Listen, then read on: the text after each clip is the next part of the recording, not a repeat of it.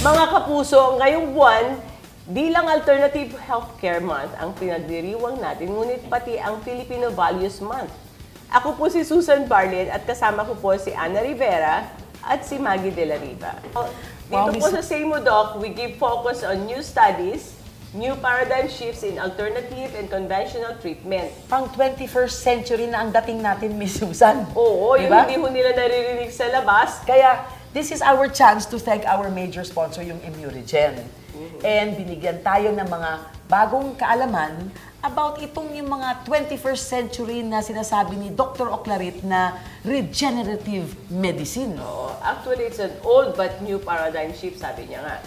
Well, Ana, Tita Maggie, magbalik tayo sa usapang lolo at lola. Kasabay ng kanilang pagtanda ay ang paghina ng katawan at nagre-resulta sa pagkakasakit at ilan sa komplikasyon na ito ay ang diabetes at pagkakaroon ng mataas na creatinine level. Mga kapuso, punong-puno tayo ng ideas kaya huwag bibitiw. Ngunit panoorin muna natin ang isang kwento ng isang negosyanteng may diabetes. I was a teacher and then a guidance counselor and an administrator before I retired. Well, my children are okay, they're both abroad. I was left here alone. I have a sister in Christ. She was a doctor. One day, she met me at the lobby of the hospital. She said, I'm going to do a pap smear and then do all this like executive checkup, all the ultrasounds and that. But then afterwards, everything was discovered. That my blood sugar level at the time was 396. And I was surprised because I never experienced any symptoms at all. So I started having medications for that elevated blood sugar. When I started taking medications, I did not go up to 350 anymore. It was just 200 to 300 or to 325, that's it. But to put it down was a problem. And I said, Lord, give me wisdom how to go about this. I lost my husband. He's so dear to me. At least I can help other people. So I started researching on how the immune system could be taken as a preventive measure. And then one day, Swailin came and told me, why don't you try Immunogen? I started with the Immunogen Plus. This is the effervescent tablet. And I drop it into a 500 milligram water. And then I also took one capsule, which is the Immunogen capsule. And in the evening, 2 glucan. And so I started it on June 6. On the 8th, it was 112. I said, that's amazing. This is the first time that's happened to me. It went down, so hooray. I went back, I ran to my doctor, and I said, can you give me a clearance? I'd like to have my other operation on my right cataract. It went so well. This time, I was already telling people that the Lord has given me this. You can try it.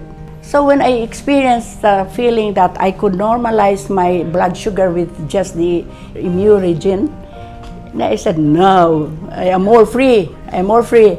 But then I noticed that several times that if I eat a lot now, pagkaugma when I take the Immunogen, my last glucan before sleeping, pagkabuntag, goes down to normal again. So, okay, now I'm more free now. So imagine the joy, no? Now I can eat what I want. Ngayon naman, pakinggan natin ang paliwanag ni Dr. Jose Oclarit. Dok, ano-ano ang dangers ng diabetes sa mga nakakatanda? Let's go to the disorder called diabetes. Opo. So this diabetes is a complex metabolic disorder. Basically, because of the probably the pancreatic cells, especially the islet of Langerhans, particularly the beta cells that secretes the insulin. Okay. Once this beta cells is damaged, there will be no release of insulin. Therefore, the person becomes diabetic. Oh. And therefore, that type of diabetic is known as type 1. Okay. The other type of diabetes is type 2, in which case, may insulin siya. Okay. Kaso lang, yung insulin niya, hindi nakikilala doon sa target ng insulin. Ang number 1 target ng insulin is the liver. Oh. Why? Because excess sugar in the blood must be sequestered into the liver through the action of insulin. Ngayon, kung yung insulin na iyon ay hindi kilala ng atay, hindi siya makapasok. And that is Nire-reject. that, hindi lang nire-reject, hindi siya nire-recognize in so much so Yeah. that yung dadaanan ng asukal para makapasok sana siya, Wala. hindi na o-open. So, So, ano yun na nga, ang nangyayari? tawag doon sa diabetes yan, Type 2 diabetes, or otherwise known as insulin resistant. Ayun. Okay. The only way for the patient to be able to recover is to take a drug that would force the cell to open the gate for sugar. And that is, normally, they are given what you call insulin mimetics. And the number one insulin mimetic that is used by doctors for medication is metformin. Opo. So this metformin behaves like insulin. Oh. In so other words, when you take in insulin, yung mga atay na hindi na open, Na-open. na-open nila. Ayun. Kaya nakakapasok yung Sugar. asukal. Oo. Sa kasamaang palad, itong metformin na yan, pag palagi mong ginagamit yan, lalong masisira yung atay kasi hindi siya normal. Parang Synthetic siya. force lang niya yung liver na ma-open. Opo. Katagalan, yung atay mismo ang magsusurrender na. Ayun. So in other words, although some people have lifetime with that, but I guess it will redound to liver damage in the end. Ayun. Although hindi yan masyadong na-recognize ng mga mainstream doctors. But as a physiologist, Alam I niyo should yan. say that that would redound to destruction of the liver cells. How long do you think usually bago umabot sa ganong point na nasisira na yung liver? 20 years? It depends on the condition of the person. So normally, you will notice, Ma'am Susan, Yeah. itong palagi kang nagtitake ng mga medications na ganito. And then later on, graduate to dialysis. Ayun. So, Or- kailangan nagpapacheck ka rin ng liver mo at saka ng Nagpapacheck creatinine ng mo. liver, nagpapacheck ng creatinine. Oo. In the case of itong si Ma'am Gloria, tumaas yung sugar level niya. Oo. Nagbabaka sakali rin siya na through the supplementation, Nucleotide supplementation. bababa yung blood sugar. Yes. At saka nakita naman, Yeah. even in my patients, Aha. na pag nagtitake sila ng nucleotide supplementation, nagtataka sila bakit nag-normalize yung blood sugar Opo. nila. At saka pati yung creatinine, Doc. Isa sa mga mechanisms doon, Ma'am Susan, is this.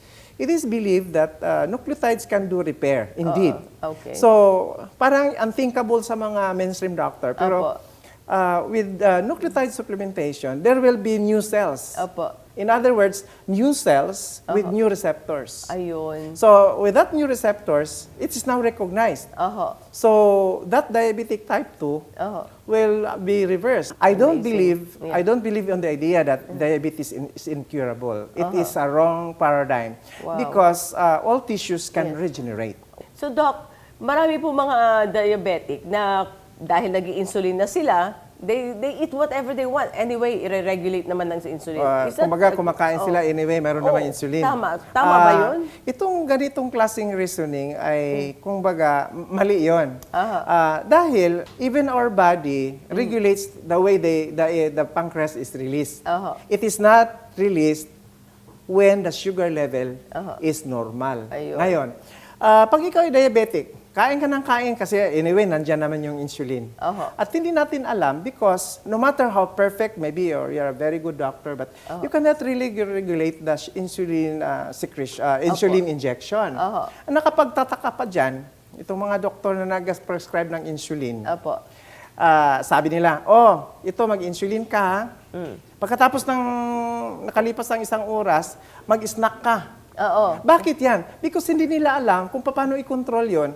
Malalaman na lang ng pasyente na bumaba na masyado yung kanyang blood sugar kasi nanginginig na siya. Ang ibig sabihin nun, nagtetremor na siya kasi nag-hypoglycemia na pala. So, Dr. Oclery, how do we counter that? To counter that is this. First, you have to control your diet. Opo.